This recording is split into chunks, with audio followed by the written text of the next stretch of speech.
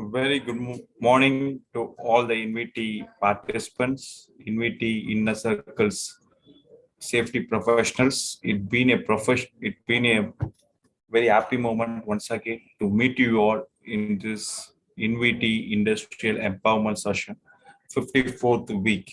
This week we have been having a topic called electrical safety, personal protective equipment, the PPEs which has been used for electrical safety. And first, I'd like to thank our invitee for this wonderful opportunity. I'm Satyanarayana. Uh, it's been a pleasure to meet you once again in this topic of electrical, how to select the electrical PPs, because nowadays a lot of electrical accidents we all have been coming across. To save us, to save our peoples, to be proactive towards all this kind of safe, the kind of accidents which has been happening in the industry, which is always very important to have a kind of proactive preparedness in our industry. For this proactive preparedness, I hope this session will be most useful. And I once again thank the NVT training wing, who has been continuing, I think more than a year. They have been doing this Saturday industrial empowerment session. That's good. Kudos to the entire team, the IT team, the topic, the research teams of NVT. This is the topics which I've been going to present you. Any doubts, always you have been welcome. You can able to mail us, you can able to share your feedbacks through the mails also. This is the program outcomes, expected outcomes. We are starting from safety lenses and we are being going to end up with this insulated FRP ladders. So NVT, invent, innovate, and inspire. Yes, NVT is being founded by alumnus of RLI, IIT Madras, and College of Engineering, India, with a vision to inspire the entire industry by incorporating the latest technologies in the field of safety, quality, and they have been having a three important wings. The first wing is about research and development wings. From research and development wings, four patents projects have been developed upon. And the second wing is our training wing. Training wing has been doing a lot of wonders, training in the field of safety, quality, and technology. The last wing is the audit wing. Audit wing, starting from ISO audits to all the legal audits they have been doing upon. And thanks for that. Thanks for the continuous support. Safety. Whenever we are going to talk about the safety, because this program has been the main objective of the program is to ensure that the safety of our employees towards from the electrical hazards. So first we have to know what does safety means. Safety is nothing but whenever we are going to talk about safety, I always feel that safety should be having a four lenses. The first lenses is safety towards me, safety towards my family, safety towards my industry, and safety towards my society. Because this four safety is very, very important. A kind of equilibrium has to be maintained between these four legs. It's like a four legs of a chair. Whenever we are talking about electrical safety, think about the electrical safety in your home. Think about electrical safety in our workplace. How well we are behaving towards this electrical hazards. All this matters to ensure that we are in a very safe workplace. That's very important.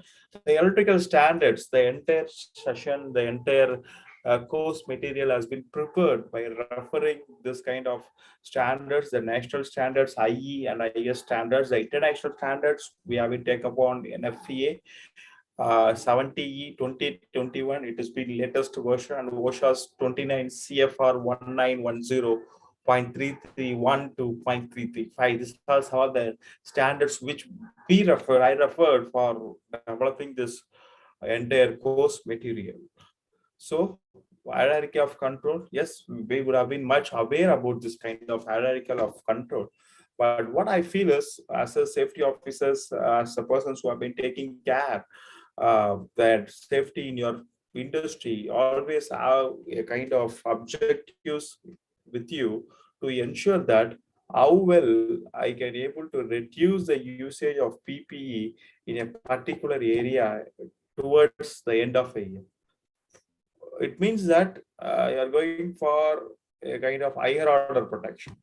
That's going to be the very important key. As a safety officer, as a safety professional, you should be able to have a kind of action plan with you that yes, PPE, yes, it's a least option, but you should be able to have a plan in such a way that in some areas, how in this year, how I can able to reduce the usage of certain PPEs. For that, you have to have a kind of action plan, some research. Okay, some research has to be there to ensure that peoples are being safeguarded. So this is one aspect. The second aspect is advanced PPEs, the right PPEs at the right place at the right time. That's going to be the at least we have been giving a right protection to our employees. That is also an important key. Not that we are giving the available PPs to what PPs I have been available in the market. I am going to give to my employees, not the right way. It should be the adequate and optimized and the right PPEs. That's a very important key in such a way that the PPE culture has been followed in your organization. Because many of our peoples who could have been talking about that we have been enforcing the word called enforcing. We may be using the word called enforcing the PPEs among our employees. It should not be the case. First, educate them. How well are going to educate them, make them comfortable using the PPEs. For that, I think this this entire session will be more useful. Now we are going to start from our gloves protection, hands protection gloves. Okay, whenever you're going to talk about gloves, electrical gloves, you make sure that you're going to select the gloves. First, you have to select the gloves by your voltage rating, or by the size of the employees who's going to use the gloves. Electrical gloves always should be able to have a kind of mechanical protection, and then whether I need air protection or not. This is the four parameters which you have to ensure that whether uh, it's been considered before you are going to choose any kind of electrical gloves. So the first one is from voltage rating, size. Mechanical protection is very much needed, because most of the time we may be considered about only about the electrical hazard. We may be forgetting about some of the mechanical hazards are the sharp points, pinch points, nip points. This can also able to be a very big risk to the employees who will be working on. So always think about the mechanical protection. On next one is the air protection, very, very important one. You always ensure this four parameters have been evaluated before you are going to select the gloves. My dear friends, if you are going to have a gloves based on IS standard, IS 47701968, kindly note the standard. IS 47701968. This is not the gloves you should be able to have. Okay, always. I mean, again, I can able to repeat upon this. IS 47701968 is a rubber gloves. It does not absorb moisture. It's very hard. It's like a rigid material to be handled. Flexibility, no flexibility, zero flexibility. So if you are going to use this, or if you are going to have this kind of gloves in your organization, kindly throw it out. It is outdated. You are being not using the right gloves, electrical protection gloves in your firm. So the right one is, kindly note this, the right one is IS 4770, the same one, IS 4770 1991 1991 is the latest version. It is a latex rubber. It will absorb the moisture, and also it is kind of user friendly. This gloves is user friendly. Kindly wait upon. Okay, kindly wait upon. Don't note this alone for your selection of electrical gloves. We need the next slide is very important slide based upon the voltage which I have been having on. For example, if I've been going to have the voltage range within 440 volts, you can able to go for type 1. Type 1, you are going to use only for 650 voltage. Type 2, you are going to use only up to 1100 voltage. Type 3, you are going to use only up to 7500 voltage. And type 4, it is 17,000 voltage. My dear friends, IS 47701991 is a standard. From that standard, you are going to choose the type of glasses. You can't be able to simply select type 4 gloves for all the purpose. It's not going to serve the purpose at all. Okay, so you make sure that each place, okay, because some of the places you can able to cluster the areas, and then you can able to ensure that which place requires a type 1 gloves, type 2 gloves, or type 3 gloves. So you can able to move upon this. I think some of my friends may be thinking upon, sir, if I've been going to use more than 17,000 voltage, or I need a protection from DC voltage, how I can able to protect my employees? Yes, you are going to have an answer for this. It is EN standard, my dear friends. EN standard. First, we saw about our IS standard. Now there is EN standard gloves starting from class 00 to class 4. Class 00, you can able to see what is the proof test, what is the maximum voltage. Here, the main advantage you can able to see is both for AC and DC. Our IS standard is not talking about any kind of DC protection. Here we are talking about AC and also DC voltage protection. That's a very good thing. You can able to see up to 36,000 voltage.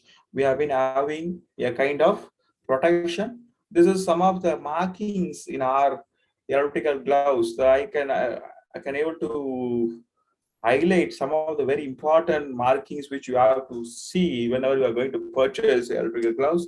This double triangle, okay, this double triangle is one of the very important thing whenever you are going to go for this gloves. This double triangle is going to is going to ensure that your gloves can be used on the live condition.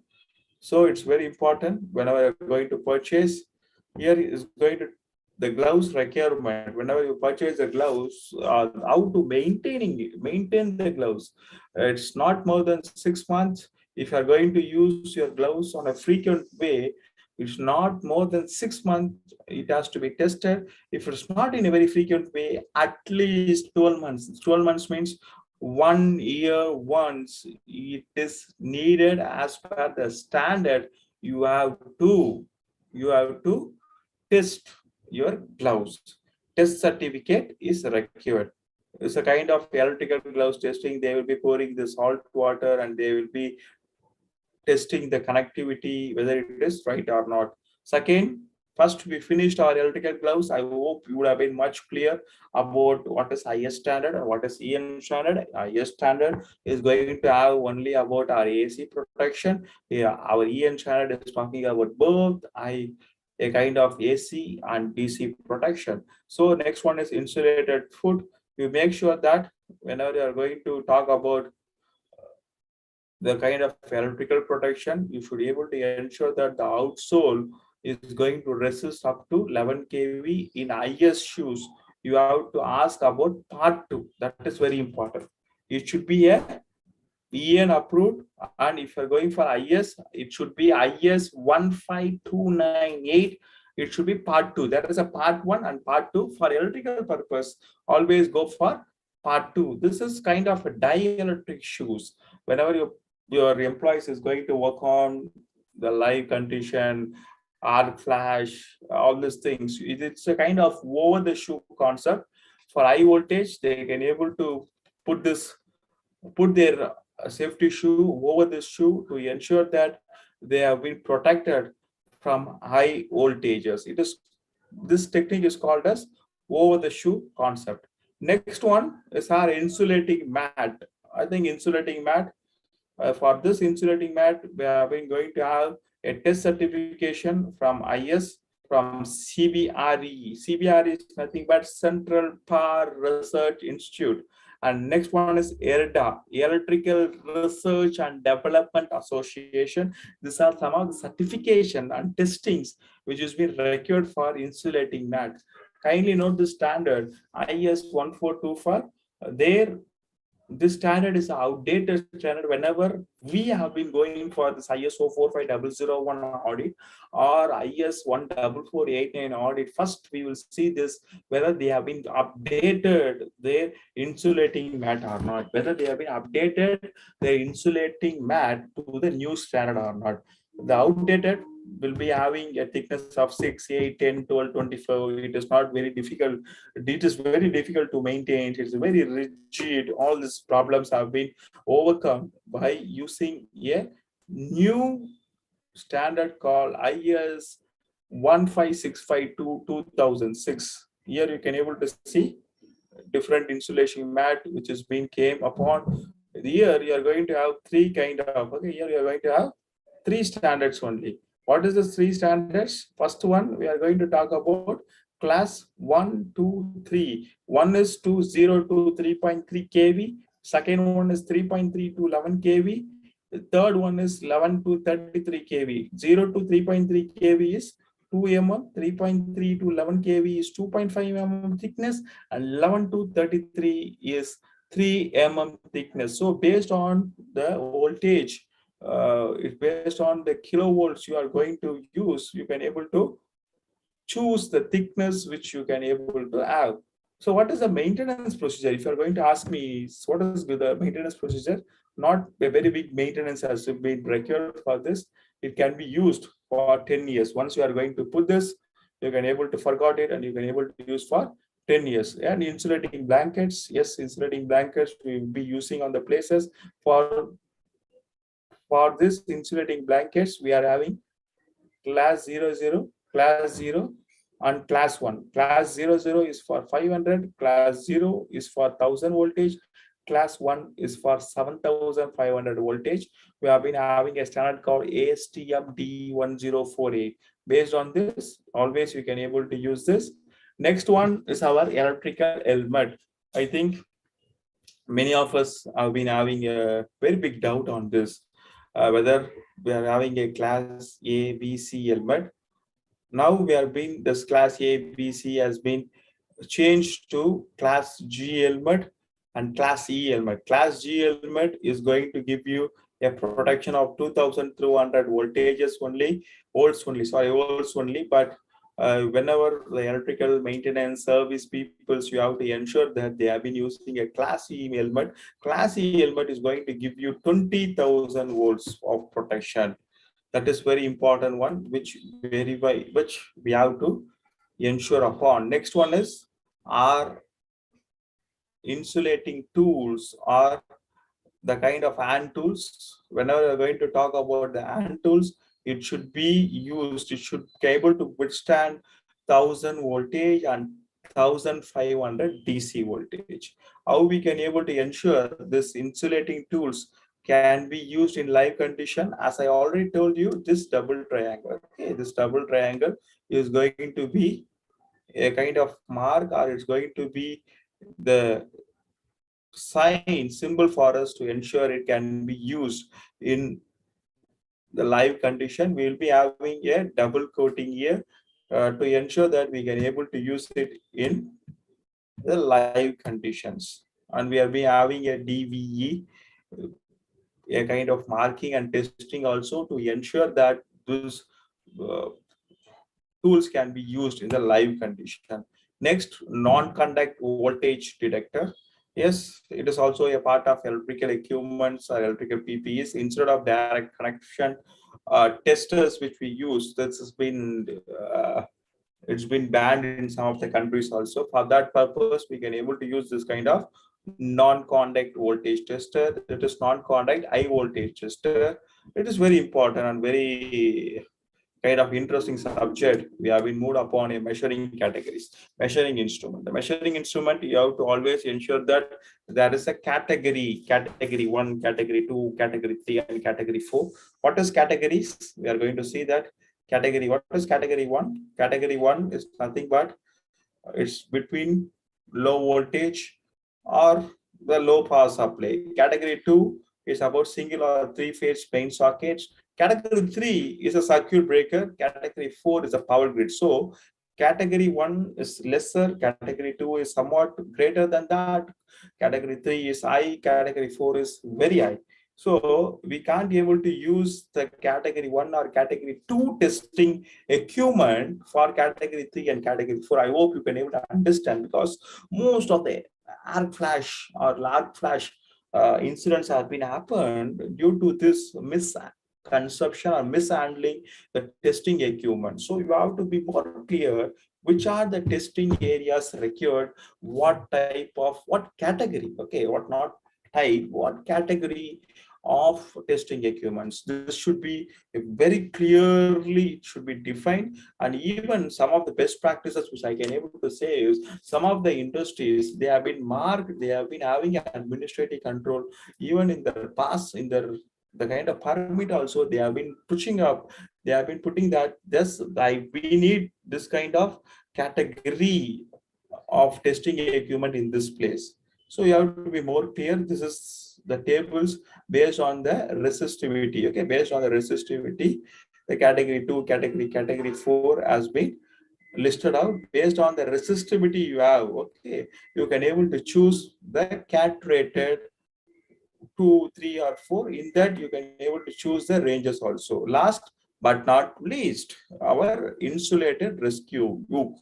Make sure that whenever you are going to have a electrical protection, or you are going to protect your employees from electrical hazards, this insulated rescue is one of the very important thing. And as we are doing mock drills, this kind of how to use the insulated rescue should also be insist among our maintenance and service person. Some of the places which based on my observation, I can able to see that this insulated rescue hook has been placed in their thing in the security rooms. That's not going to be helpful at all. Make sure that this rescue hook has been placed in the appropriate place. The persons who have been working in the electrical maintenance or service person immediately is having their access to use it. So if this is going to be there and your purposes have been trained, we can able to react at time of emergency. Yes, and thank you. This is a very small session, and thanks for this wonderful opportunity. I've been much happier that if you are going to have any kind of queries, always you can able to contact people's InVT. Always you can able to contact InVT, and also I can able to share my mobile, and I can also able to share the mail ID of InVT team, so that if you are having any kind of doubts, always you have been welcome. You can able to share the doubts or your feedbacks is always welcome. Safety is a continuous fight with human nature. Aspire, transform, and inspire. Let's transform and let's inspire. And once again, I thank you all for enrolling for this InVT industrial empowerment session. Soon, the coming weeks, we can able to meet up with very different topics. Once again, thank you. It's been a year-long program. Thanks for your continuous support. Bye-bye.